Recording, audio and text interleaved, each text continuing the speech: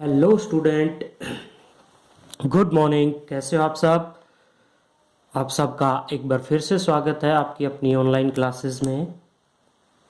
I hope आप सब अच्छे से स्टडी कर रहे होंगे, करनी भी चाहिए। तो देखिए, सीधे बगैर किसी टाइम वेस्ट के हम अपने टॉपिक पे चलते हैं, रिफ्रैक्शन ऑफ लाइट। तो आज डेट है आपकी 23 नवंबर 2020। ओके, तो रिफ्रैक्शन ऑफ लाइट होता क्या है? पिछले टॉपिक्स में हमने रिफ्लेक्शन ऑफ लाइट के बारे में पढ़ा था। आज हम पढ़ेंगे रिफ्रैक्शन। रिफ्रैक्शन क्या होता है? जब लाइट अपना मीडियम चेंज करती है। अपना मीडियम चेंज, मीडियम कोई हिंदी मीडियम या इंग्लिश मीडियम तो है नहीं। मीडियम का अर्थ होता है, लाइट के मीडियम का अर्थ होता है आपके ट्रांसपेरेंट मीडियम से। अब what is meant by the transparent medium? Transparent medium वो होते हैं जिनमें से लाइट पार चली जाती है, यानी कि जिनको लाइट क्रॉस कर लेती है, जैसे ग्लास, हवा, पानी, इनमें से लाइट पार निकल जाती है, जिसके आर पार हम देख सकते हैं, वो सभी क्या है? Transparent medium. अब उस ट्रांसपेरेंट मीडियम को दो पार्ट में डिवाइड किया गया है, ऑप्टिकली डेंसर मीडियम और optically rarer medium. Optically denser, जैसे यदि हम बात करें एक तरफ हमने ले लिया वाटर और एक तरफ ले लिया हमने एयर। तो एयर जो है वो और वाटर जो है वो, तो वाटर ऑप्टिकली डेंसर हो गया, ये आपका क्या हो गया? Optically rarer. और एक तरफ यदि हमने ग्लास ले लिया, ग्लास, और एक तरफ हमने ले लिया वाटर, तो अब इन दोनों के कंपैरिजन में वाटर क्या हो गया? रेरर, और ग्लास क्या हो गया? डेंसर। ये आपका डेंसर और ये आपका हो गया रेरर।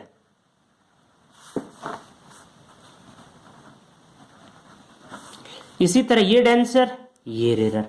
तो रिफ्रैक्शन क्या होता है कि जब लाइट अपना मीडियम चेंज करती है, एक मीडियम से दूसरे मीडियम में जाती है, चाहे इससे इसमें आए, डेंसर से रेयर में जाए या रेयर से डेंसर में जाए, तो डाइवर्ट फ्रॉम इट्स पाथ या चेंज इट्स पाथ, अपने पाथ को चेंज कर लेती है। तो कैसे होता है? देखिए, मान लीजिए आपके पास एक ग्लास स्लैब है, ठीक है, इस तरह की एक कांच की स्लैब है, और आप एक रे यानी कि दो पिन ले लेते हैं। आप एक दो पिन ले लेते हैं, इस तरह से दो पिन हमने ले ली, और इन पिन से आने वाली जो लाइट है वो इस पे गिरती है। इसको बोलते हैं इंसिडेंट रे। क्या कहेंगे इसको?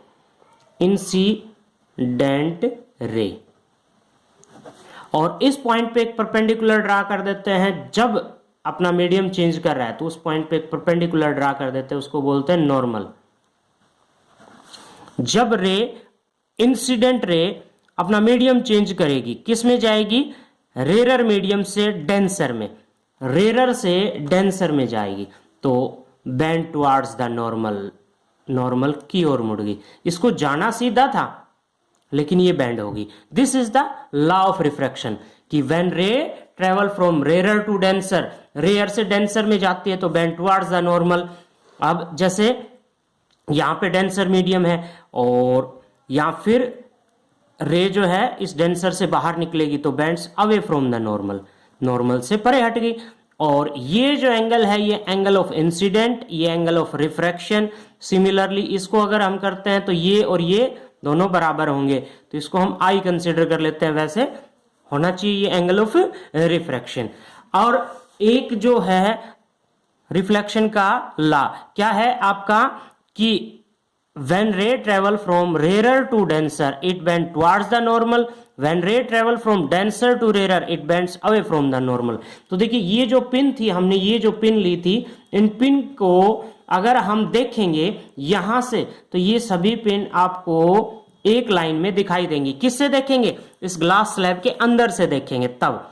तो ये क्या हो गया आपका? रिफ्रैक्शन, क्योंकि लाइट अपने पाथ से डाइवर्ट होगी। वैसे तो इनकी स्ट्रेट लाइन ये है, ठीक है, और दिखाई दे रही है ये यहां पे। किसके अंदर से देखेंगे? तब जब ग्लास स्लैब के अंदर से देखेंगे तब आपको दिखाई देगी। और ये है एंगुलर डिस्प्लेसमेंट डेल्टा, यानी कि कितना एंगल इसने चेंज कर लिया।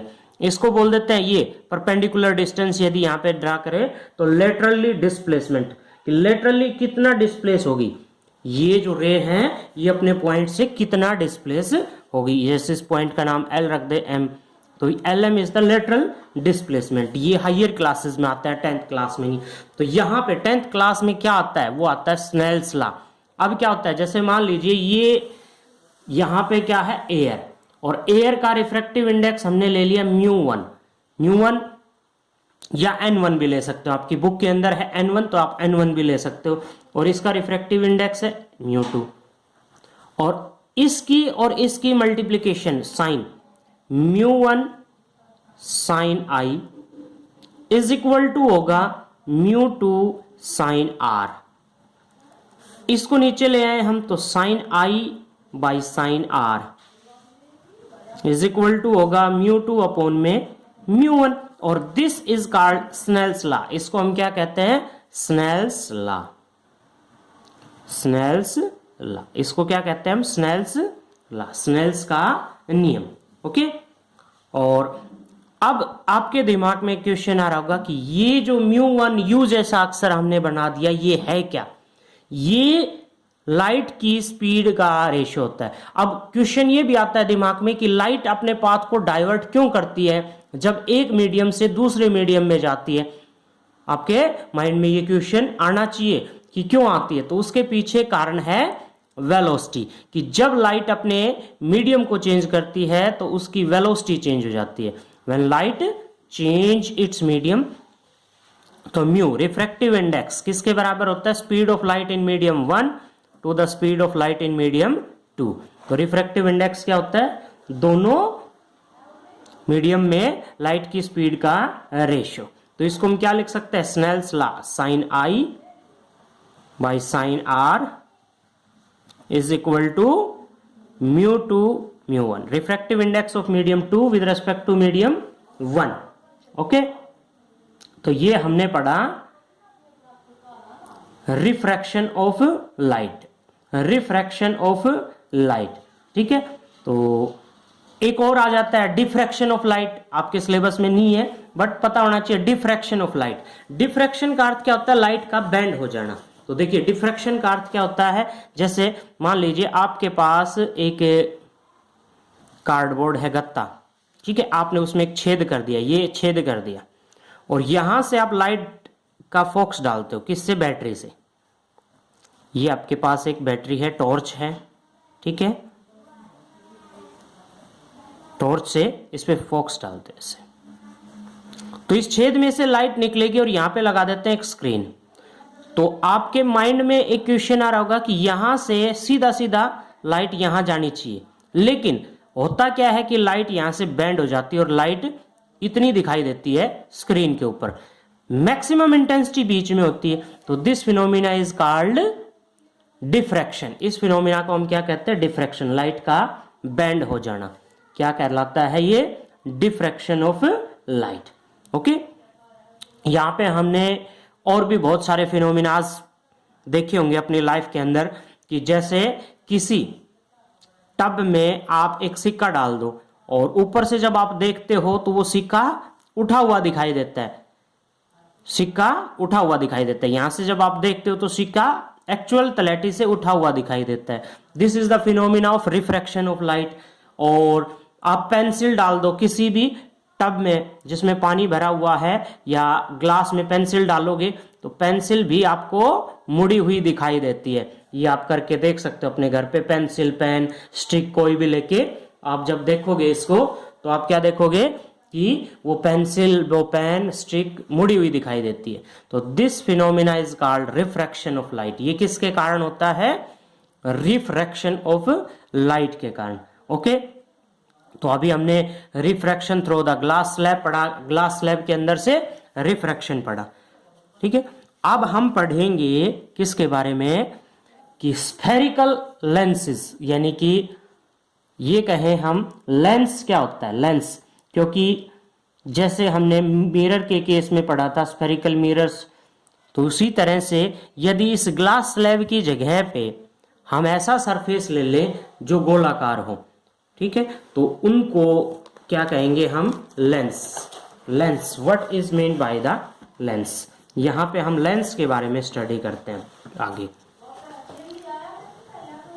लेंस, लेंस क्या होता है, it is a transparent medium bounded by two spherical surfaces और one spherical surface, one plane surface. Lens, जैसे आपने दो स्फीयर ले लिए इस तरह से और इनको इस तरह से काट दिया, तो ये जो पोर्शन बनेगा, ये आपका जो पोर्शन बनेगा, ये क्या कहलाता है, लेंस। क्योंकि दो स्फेरिकल सरफेस हो गए, एक भी हो सकता है। तो लेंस मेनली टू टाइप के होते हैं, एक होता है आपका कॉन्वेक्स और एक होता है आपका कॉनकेव। केव का अर्थ होता है गुफा। कॉन्वेक्स, कॉन्वेक्स स्फेरिकल सरफेस किसे कहेंगे, जो बाहर की तरफ उभरा हुआ हो, बाहर की तरफ उभरा हुआ हो, जिसका जो आउटर पार्ट है ये, यानी कि कॉन्वेक्स लेंस किसे कहेंगे हम, which is thinner at edge and thicker at middle, जो किनारों से पतला और बीच से मोटा हो। ये किनारे हैं इसके, ये किनारों से पतला और बीच से मोटा, ये कैसा लेंस होगा आपका, कॉन्वेक्स लेंस। और ये कैसा लेंस हो गया आपका कॉनकेव, जो किनारों से मोटा और बीच से पतला, ये कैसा लेंस हो गया आपका कॉनकेव लेंस। ठीक है, अब इनमें कुछ बातें, जैसे अगर इस हिस्से को कंप्लीट करें तो इसमें ये सेंटर आ गया, इस हिस्से को कंप्लीट करें तो ये सेंटर आ गया, तो इस तरह से इसमें दो सेंटर होंगे, C1 और C2 कंसिडर कर सकते हो। तो ये लाइन जो है वो क्या कहलाएगी, उसी तरह से जैसे मिरर के केस में है, जो लाइन दोनों सेंटर से पास होने वाली लाइन क्या कहलाती है, प्रिंसिपल एक्सिस। और इस लेंस का जो सरफेस है उसके ऊपर जो लगे हैं वो P1 पोल और P2 पोल।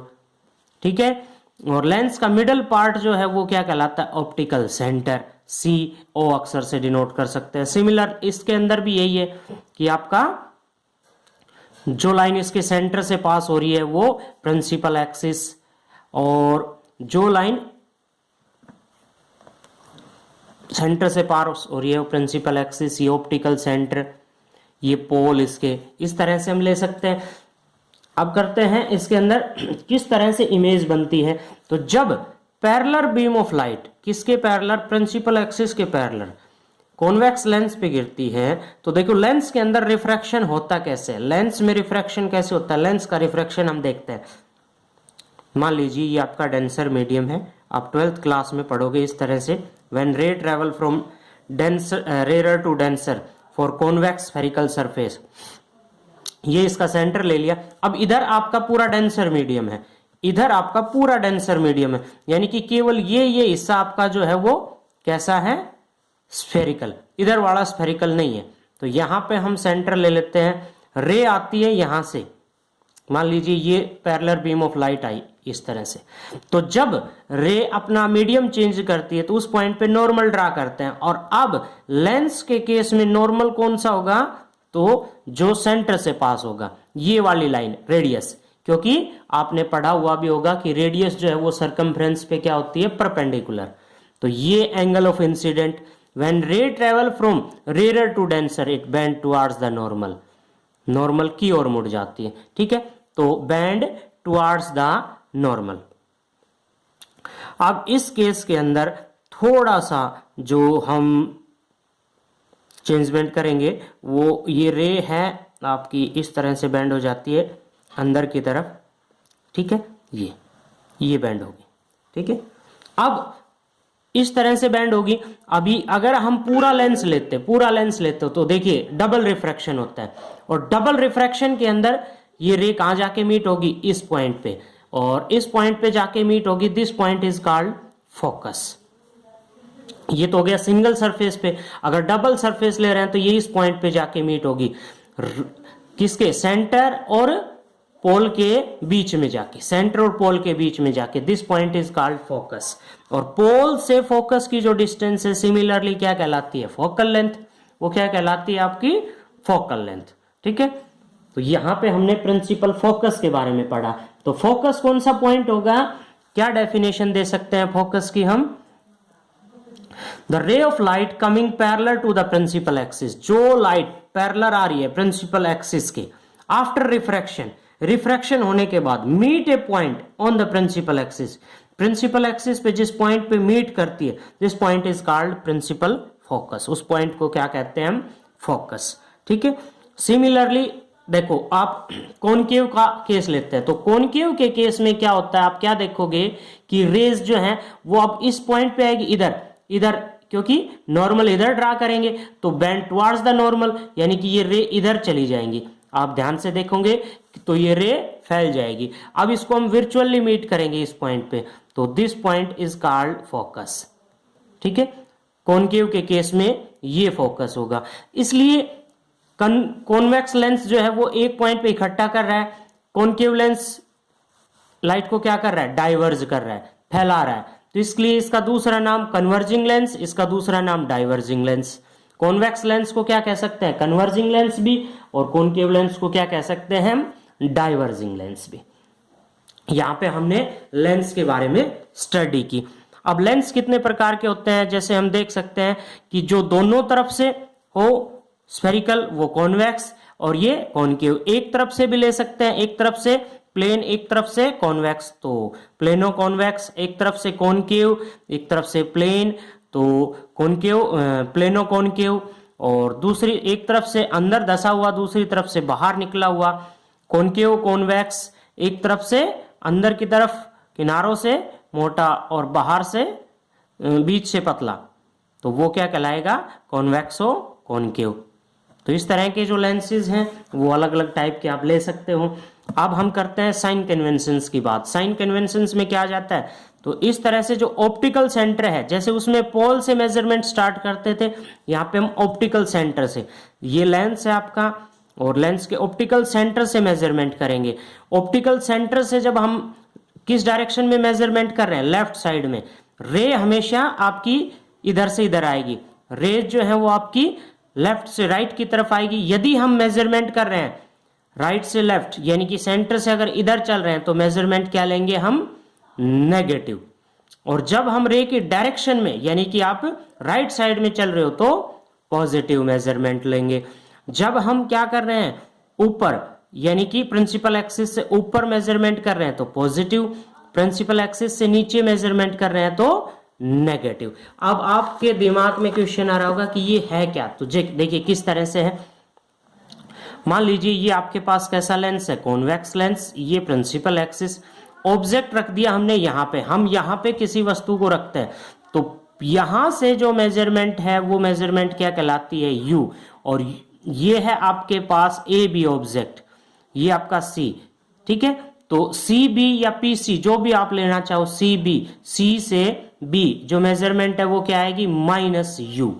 सी से बी जो मेजरमेंट आएगी वो क्या आएगी आपकी, minus you.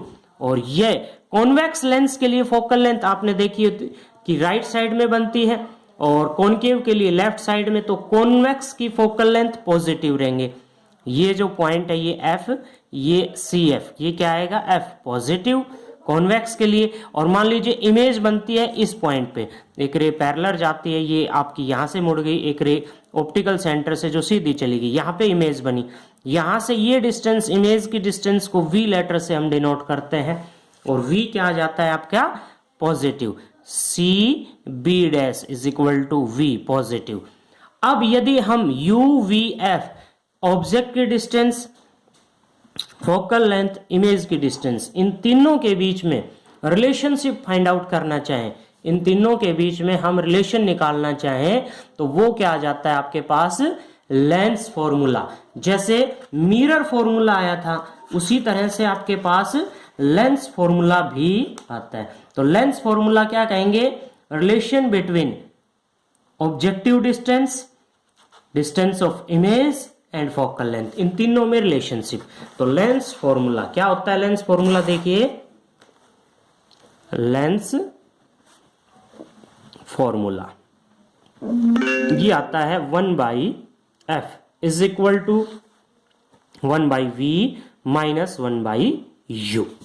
Okay, this is called lens formula. इसी में एक और आ जाता है मैग्निफिकेशन। मैग्निफिकेशन, मैग्निफिकेशन का अर्थ होता है आवर्धन, यानी कि कोई भी लेंस कितनी बड़ी इमेज बनाता है, तो वो डिपेंड करता है m is equal to size of image to the size of object. Object की हाइट, इमेज की हाइट और ऑब्जेक्ट की हाइट, इन दोनों में जो रिलेशनशिप है तो क्या रिलेशनशिप है इनके बीच में, m is equal to h2 upon में h1, या हम ले सकते हैं इसको v अपॉन में u, distance of image to the distance of object according to situation. v और u की वैल्यू पॉजिटिव नेगेटिव हम रख सकते हैं यहाँ पे, ठीक है। तो आज हमने क्या पढ़ा, आज हमने लेंस फॉर्मूला, मैग्निफिकेशन और लेंस के बारे में, रिफ्रैक्शन के केस के बारे में स्टडी की। तो नेक्स्ट केसेस के अंदर हम स्टडी करेंगे इनके ऊपर क्वेश्चन की। एक टॉपिक और रह गया, वो है power of lens. Power of lens का भी हम यहीं पे कर लेते हैं। तो देखिए power of lens, power of lens, lens की पावर क्या होती है, कन्वर्जिंग और डाइवर्जिंग की पावर, पी लेटर से डिनोट करते हैं। इंपॉर्टेंट क्वेश्चन है, एक नंबर में पेपर में बहुत बार आता है। Reciprocal of focal length in metre, power क्या होती है, reciprocal of focal length in metre, P is equal to 1/f। और यूनिट, पावर की जो यूनिट होती है वो क्या होती है, डायप्टर। क्या यूनिट होती है, डायप्टर। पावर की यूनिट क्या होती है, डायप्टर। डी अक्षर से इसको हम डिनोट करते हैं और इसकी जो यूनिट है वो होती है डायप्टर, ठीक है। तो ability of lens to converge और diverge the ray, ability of lens to converge और diverge the ray is called, तो डी अक्षर से इसकी यूनिट को डिनोट करते हैं, पावर ऑफ लेंस। तो फोकल लेंथ किसकी, कॉन्वेक्स लेंस की क्या आएगी, पॉजिटिव, तो पावर क्या आएगी, पॉजिटिव। और कॉन्केव लेंस की फोकल लेंथ क्या आती है, नेगेटिव, तो पावर क्या आएगी, नेगेटिव। तो आपने सुना होगा अक्सर अपने सहपाठियों से, जो स्पेक्स का इस्तेमाल करते हैं, चश्मे का इस्तेमाल करते हैं, तो वो क्या कहते हैं कि हमें इतने नंबर के चश्मे लगे हुए हैं। तो वो नंबर क्या होता है, इनकी पावर। और ये कहते हैं कि माइनस इतने के हैं, तो वो कैसा लेंस है उनके चश्मे का, वो है कॉन्केव। और जो कहते हैं कि मेरा लेंस नंबर पॉजिटिव है, तो उनका लेंस कैसा होगा, कॉन्वेक्स। और माइनस है तो उनका कैसा होगा, नेगेटिव, ठीक है।